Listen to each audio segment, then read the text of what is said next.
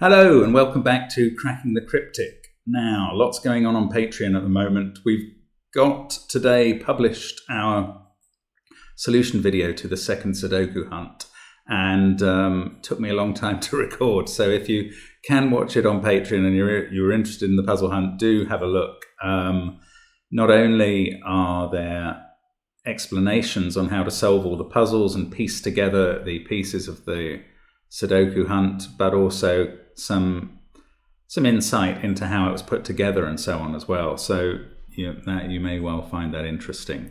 Now, tomorrow, even more interestingly perhaps, on Patreon, we're planning to publish the first of two puzzle hunts, not Sudoku hunts, constructed by Jurke van Veenendaal, who did our very popular first puzzle hunt, I think. And we're certainly looking forward to the reaction to that as well. So look out for that tomorrow. Now, moving back to tonight's puzzle, this has come from Simon Ferre, who pointed out that his name rhymes with cafe. I'm not convinced it does, Simon, but if you say so. So I'm at least pronouncing the last vowel right. And this is called 10 triples. Now, the astonishing part of this construction is that each of these lines in the grid is a trio of the same digits. Now, you occasionally see a diagonal trio of the same digits appear in a grid, and I always think, oh, that's quite interesting. I did not have any idea you could make a grid with 10 of them in, and hats off to Simon for achieving that. Now, so those 10 lines are all trios of the same digit. The numbers outside the grid add up the numbers that appear on triples in that row or column. So in column 3, these 5 cells which appear on the triples add up to 29. And that's it. Normal Sudoku rules. Do have a go at the puzzle on the link below the video before watching my solve, but I'm going to have a go now. So let's get cracking. So I'm astonished that you can get 10 of these in. I think I've once done a puzzle with 9 using the 9 different digits before, but this has got 10, so something must be repeated. I suppose that could be a repeat of that. They could all be 2s or something, and they wouldn't break any Sudoku rules, but there aren't many pairs. Oh, I suppose that could also go with that. I was first of all wondering if we were going to know that we had 2 pairs or something along there. I mean, I am also noticing that these 1s are going to see a lot of these triples. Look at the columns they're in, for instance. That is ruling out 8 of the triples from having 1s in. We're left with these 2 that aren't ruled out by the columns, but they're actually both ruled out because this 1's in the same box as one of the digits. So I mean, that proves that none of the triples can have a 1 on, which has surprised me as well. How do we start? I guess in the outside ring of where the triples appear, and they can't go to the perimeter because you could never get a triple across 3 boxes from there. But in this ring, these numbers, 13, and 17, not that helpful in column 8, rows 2 and 8. But look at that 24 in column 2. That is going to tell us what these 3 digits are. If you do much killer or kokuro, you'll know that 24 in 3 digits in a Sudoku is 9, 8, and 7. They're the highest 3 digits that we can use, and they add to 24. Now that means that along the rest of these triples are 9, 8, and 7. That gives us 2 triples in columns 3 and 4 as well. And these other digits in columns 3 and 4 have to add to 5 in each column, and they don't contain a 1. So they are 2 and 3. And, well, we can obviously see whether this is the 2 or 3. It's clearly the 2 as it's sitting next to a 3. So we've got 2s up there and 3s up here. And we've got some digits placed. Well, that's great. Now, what about these across numbers? 30 is not that helpful. 17 can't be 377, so it has to either be 386 or 395, I think. Yeah, that seems right. So that's a 5 or 6 triple up there, which we haven't had before. Lots of variability there. Let's 13 in this row, and that's just from these three, right?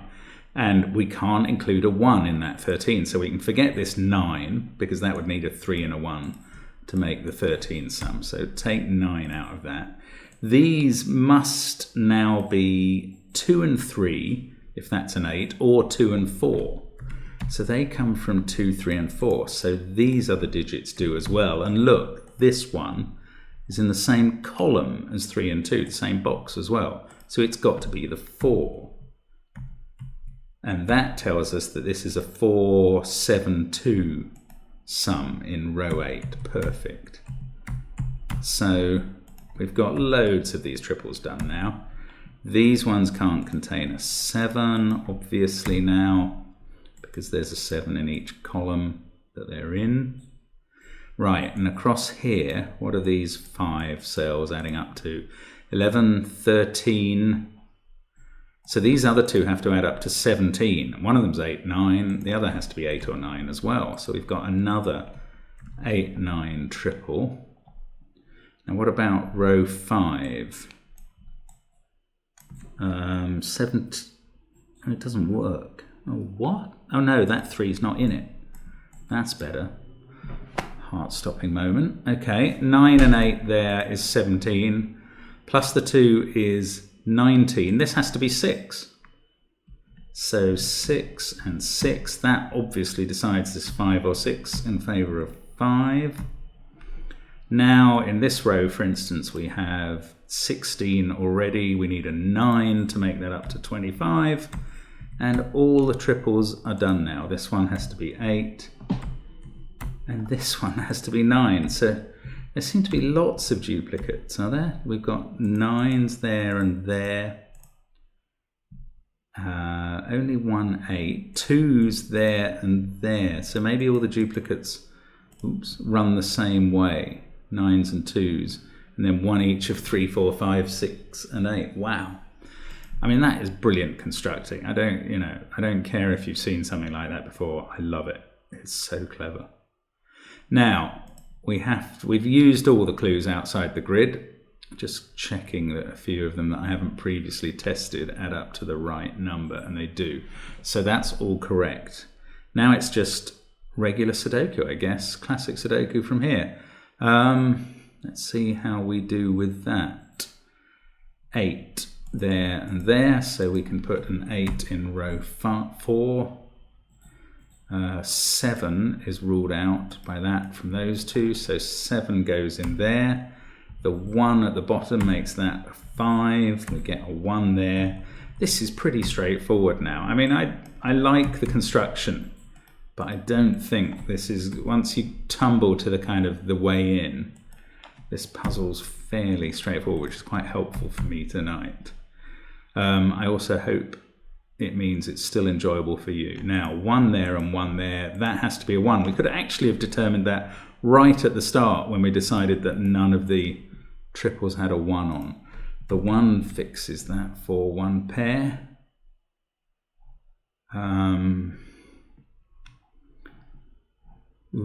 Okay, where do we go next? Yeah, in this column, where's the 3 going? It's got to be there at the bottom because of the 3 in box 2 up there. Now this has to be a 6, that's it. Naked single. 7 and 6 is a naked pair at the top. We've got 4, 8 and 1 to complete that box, given that 4 and that 1. Now 8 in row 3 has to be here. A 4, 7 pair to fill the rest of the row.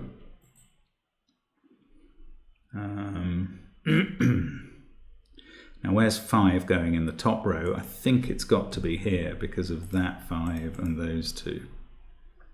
That gives us a 6, 4 pair we can complete down there. 3 in this box is there, 9.